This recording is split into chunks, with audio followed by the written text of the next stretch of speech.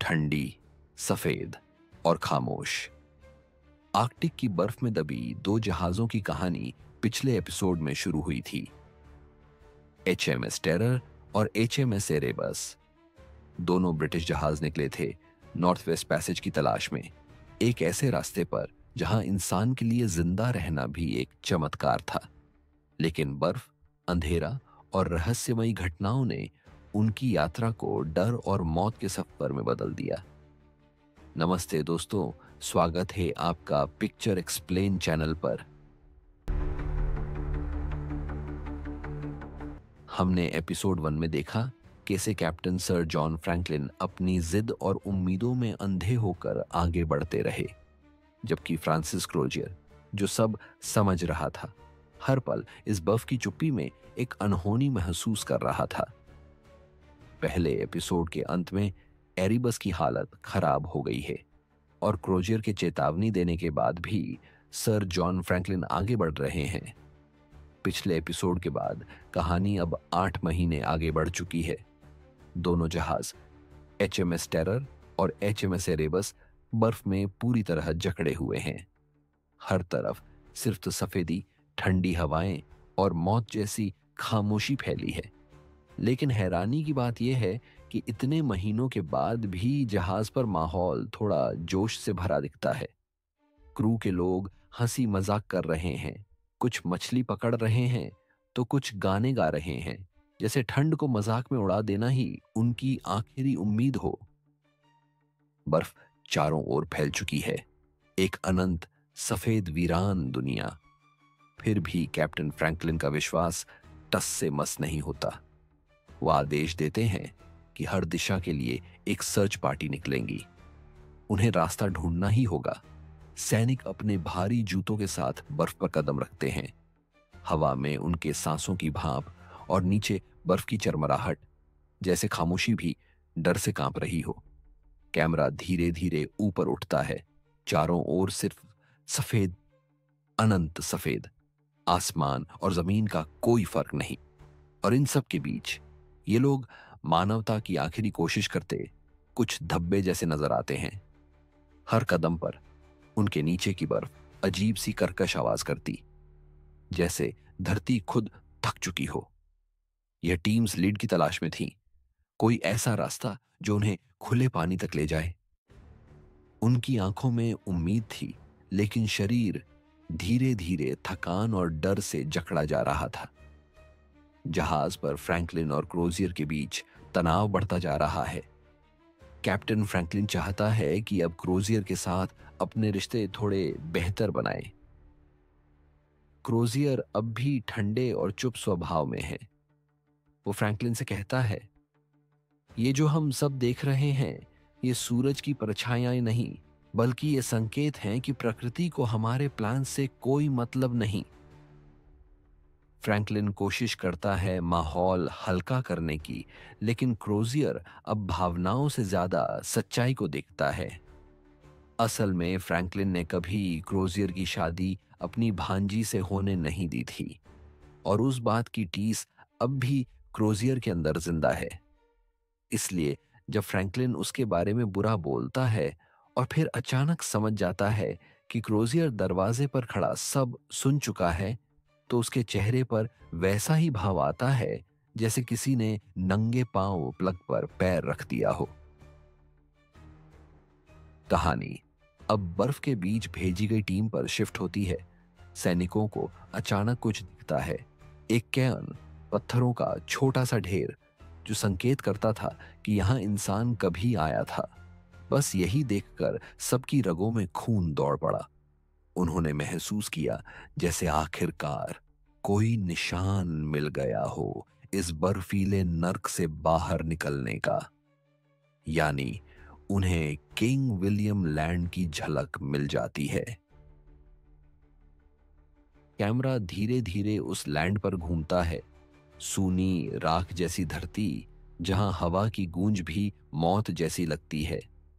जैसे ही वो अपनी सप्लाई बोट के पास पहुंचते हैं, एक झटका सा लगता है। बोट पूरी तरह टूटी पड़ी है। लकड़ी के टुकड़े बर्फ पर बिखरे हुए हैं, जैसे किसी ने उसे गुस्से में चीर कर फेंक दिया हो। हवा में एक अजीब सी आवाज गूंजती है, कुछ दूर कहीं से आती, गहरी, भारी और जानवर जैसी। एक सैनिक धीरे से कहता है, ये शायद किसी भालू का काम लगता है। लेकिन किसी के मन में वो यकीन नहीं था। सबकी आंखों में एक ही सवाल था, अगर ये भालू नहीं हुआ तो फिर क्या होगा? रात का समय, सब कुछ शांत और जमा हुआ। उन्होंने वहीं पास में तंबू गाड़ने का फैसला किया। धीरे धीरे सब अपने छोटे छोटे कैंप सेट करने लगे। ठंडी हवा इतनी तेज थी कि हर तंबू को गाड़ने में हाथ सुन्न हो रहे थे।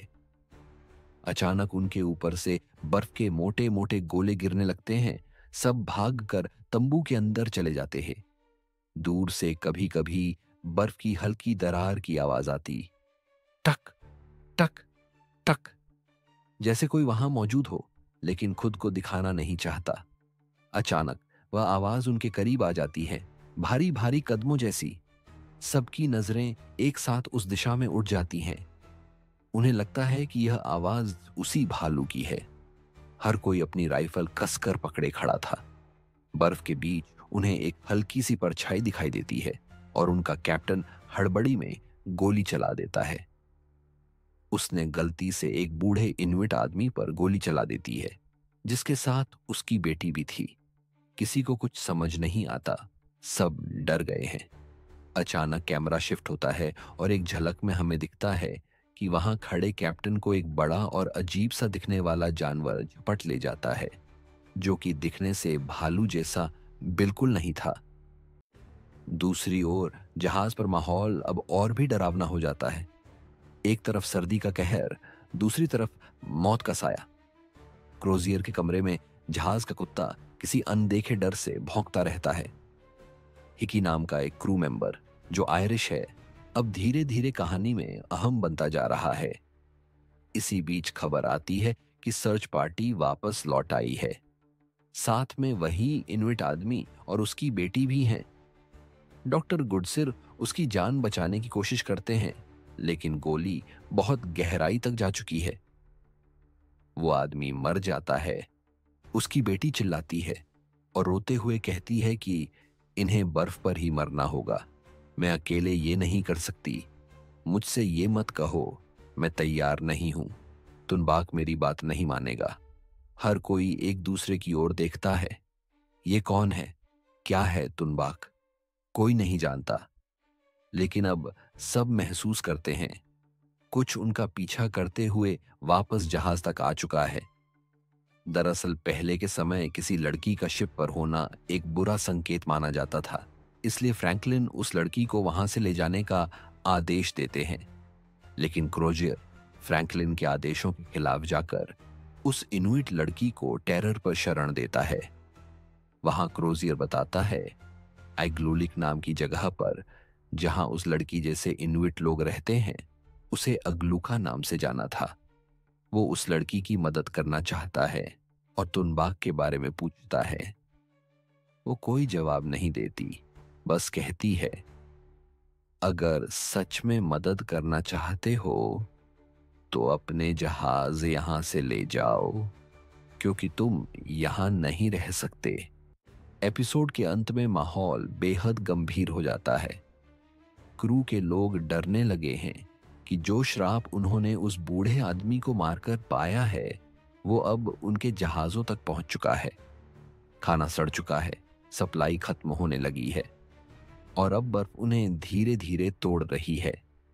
तो दोस्तों, यहीं पर आज का एपिसोड खत्म होता है। आखिर ये तूनबाक क्या है? क्या वाकई कोई अदृश्य ताकत उन जहाजों का पीछा कर रही है, या फिर ये सब सिर्फ ठंड, भूख और डर से टूटी इंसानी सोच की परछाइयां हैं? जो भी हो, अब बर्फ के नीचे कुछ जाग चुका है और उसका निशाना शायद पूरा क्रू है। देखिए अगले एपिसोड में, क्या एचएमएस टेरर और एरिबस सच में किसी अलौकिक शिकारी के जाल में फंस चुके हैं, या ये सिर्फ उनके अपने डर की पैदाइश है? अगर आपको ये कहानी पसंद आई हो तो लाइक करें, सब्सक्राइब करें।